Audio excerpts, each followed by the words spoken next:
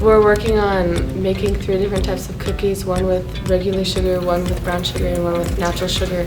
And they all have to be under 10 grams of sugar. We're baking cookies. Like, you just find your recipe online and you just half it just so you can make 12 cookies for your class, and you evaluate it. That's really all. You create 2 different recipes and you bake the first one and then give it to your class to see how they like it. And then you change the recipe based on what the class says and make it again, and then create a whole trifold poster on it. We're making 1 sugar cookie, and then the brown sugar has chocolate chips in it, and then 1 with bananas and truffles. I'm making brown sugar cookies, little honey on top. That's really all.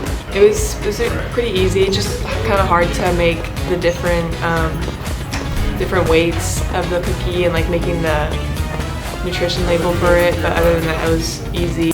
And then put the ball in there and then kind of flatten it out on here. I just enjoy cooking and nutrition. It's just always been fun to me. So I think it's interesting. There's a lot to learn about it, which is cool, and I love cooking.